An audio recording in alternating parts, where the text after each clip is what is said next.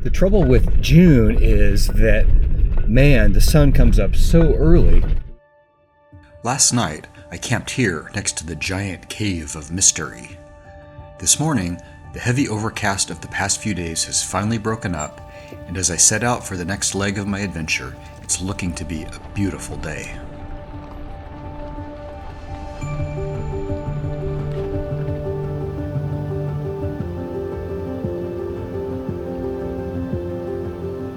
Now that I'm on the road, it's now only 6:30, but the sun is quite high in the sky already. Still, hopefully this is going to punch some light down into the area I wanted to go take a look at. And maybe it's not all that exciting for many of you, but I know I'm pretty excited. You can't tell from this angle, but that's a little more than just another rocky outcropping. This curious gorge slices through this ridge and is just the sort of geological oddity that can motivate me to get out of the truck and actually hike. Extremely narrow and filled nearly wall to wall with water, there is no road, and technically there's no official hiking trail either, but I'm going to try and get a little better look at this thing, if I can find my way up in there.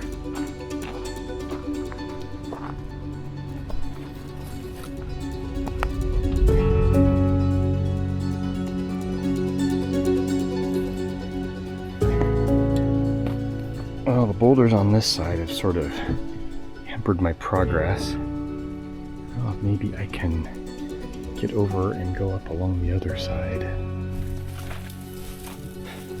There's no bridge over the creek, but I think I can see some kind of a path over along the far wall of the gorge, so there must be a way to get across.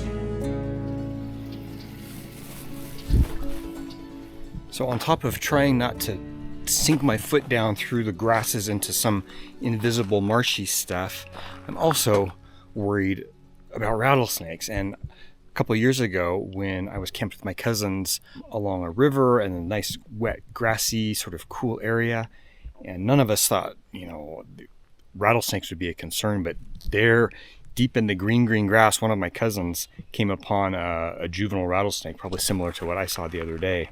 Probably right to be concerned. Here's a skin that's been shed recently. Wow. Look how intact that is, though. That's about a little more than 2 feet. I mean, that's a small snake, but if it was a venomous snake, I wouldn't want to get bit by it. I'm already making better progress. This must be the way to do it. It's unfortunate that the sun is coming at us. If it was coming from the other direction here, we would see the light pushing up into the canyon right now. And I thought about coming in here last night, but the light was still iffy. There was a lot of clouds, and it takes so long for the sun to get low in the sky that it's really late in the evening. And after a long day on the trail and filming, I just knew that I wouldn't have the right energy for this. So my hope here is to hike a ways up into here, then looking back towards the west where the sun is shining, then hopefully we can also get some light onto these rock walls. So this is within sort of a wildlife protection area, so I can't fly my drone up in here, and I think the goal here is to keep things as natural as possible. So, there's no built established trail, there's no signs, this is just nature as you would find it. Now obviously there's a little road that brings us to the end of this little canyon, and so people walk through, and as you can see here, there's definitely a little path that has formed. So bear with me as I sort of narrate this as I go. You can sort of see the hike I'm taking, and tell you the information I would have told you anyway, possibly in a voiceover. So when I first started scouting the Nevada trip and just looking for how I was going to get from Eugene down into Nevada, looking at possible routes and looking for interesting stuff along the way, this thing right here caught my eye in satellite imagery, this gash in the earth. up there, out there, you know, there's some contours, there's some mesas, but it's a lot of just fairly flat, rolling sagebrush desert. Features this dramatic are rare. And unlike Utah, where a lot of these canyons are sort of carved into some kind of sandstone, I think that red rock is, that erodes pretty easily. This is really hard volcanic rock. But because our volcanic rock here is just so hard, we don't get little slot canyon kind of things or very many narrow little gorges like this. And I just love getting into little spots like this. So cool. I loved what I found in other parts of Nevada and Utah. And what do we do now? There's water there. There's water there. There's a lot of impossible to see through grasses there. Oh man, it's really marshy. I was really hoping to get a little further up so that we could look back that way. Well, I guess I'll work my way back down a little ways and see if I can spot a way across the creek onto the other side. I'm not really convinced there's any room on the other side to hike any further up, but we'll see if we spot anything. We're really at the shallow end of the canyon here. It gets much, much deeper as you go further up. And I was really hoping to get up into there down at the bottom. Now there is a viewpoint spot you can get up to up high and look down into it. We'll take a look at that.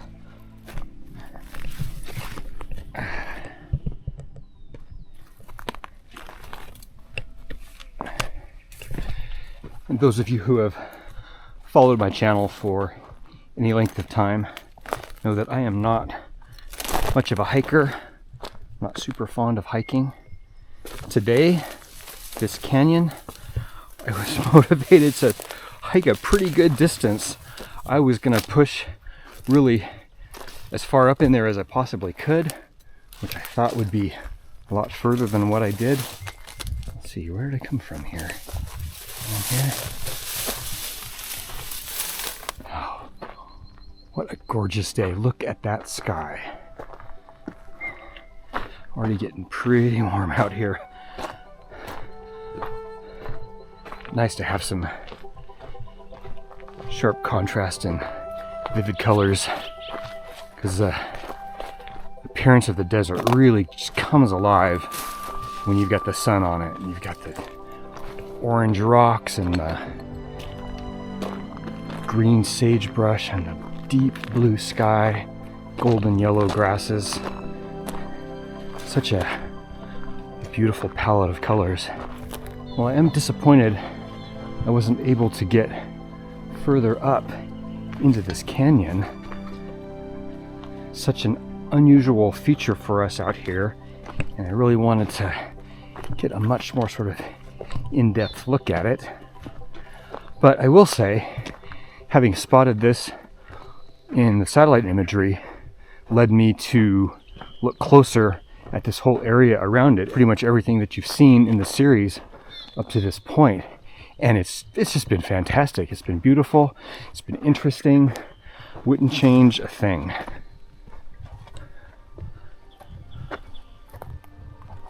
Wow.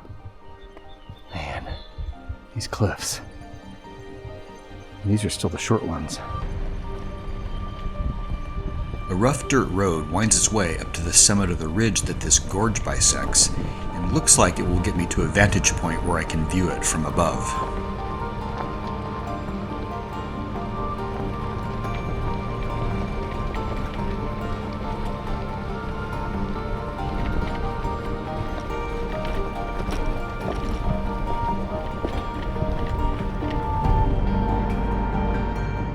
Okay, wow. The wind is whipping over the top here, but this is incredible. The video doesn't do justice to how dramatically deep and narrow this is, and it's difficult to get a sense of scale here, but I believe we're near the deepest point. There are no signs, no guardrails, no warning, just this insane chasm where the ground suddenly disappears.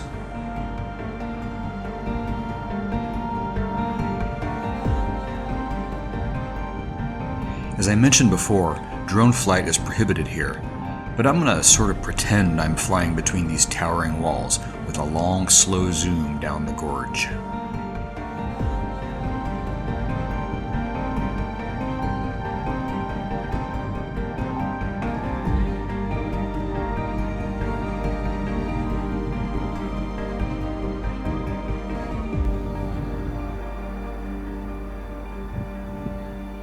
This road drops down the far side of the ridge, and on the map, it appears to pass by the opposite end of the gorge from where I hiked in earlier. It's a stunning vista as I crest the hill, but I've quickly noticed the drop down the other side is looking a little too sketchy for comfort. I have a curious audience as I turn the truck around. Like the wild horses I often see, these wild burros are not a native species, but are descendant from pack animals lost or abandoned by Spanish explorers dating back to the 1500s, surviving on their own, living wild throughout the Southwest.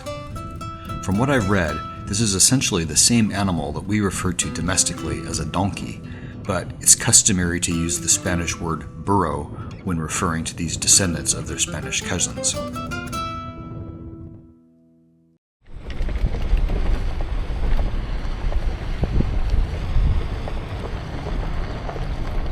Even though I abandoned my drive down the backside of that hill, I have ultimately managed to get to the far end of the gorge. I'll let future me explain. Well, it is a few days later, and I'm actually on my way home. I realized that I was driving past the sort of other end of the gorge from what we saw earlier, and I spotted a little dirt road heading in the right direction. I thought, maybe that'll get us there. And it got us here. So it is pretty hot. The weather has definitely changed over the past couple of days. I probably won't go too far in, plus I am just tired. I'm ready to be home. But yay, there is water here too, so I don't know how far up I'd even be able to get in here anyway. Just take a quick look though. It's about 9:30, 10 o'clock in the morning, I think, so we do have the light coming from the east, pushing down into the east end of this thing.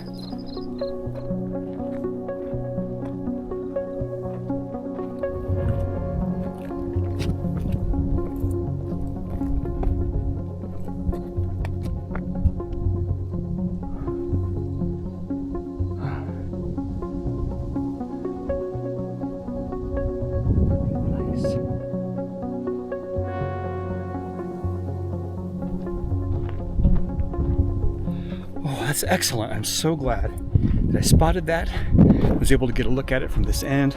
A little more light on the canyon walls. So cool. All right, now I'm going to take you back to me at the end of my hike the other morning.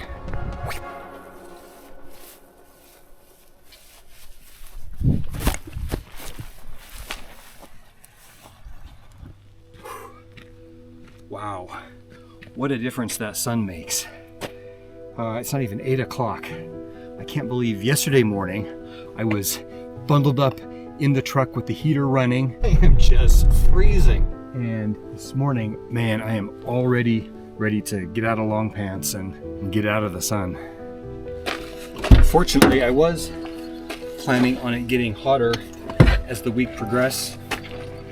And the next leg of my journey here is going to take us up to much higher elevation.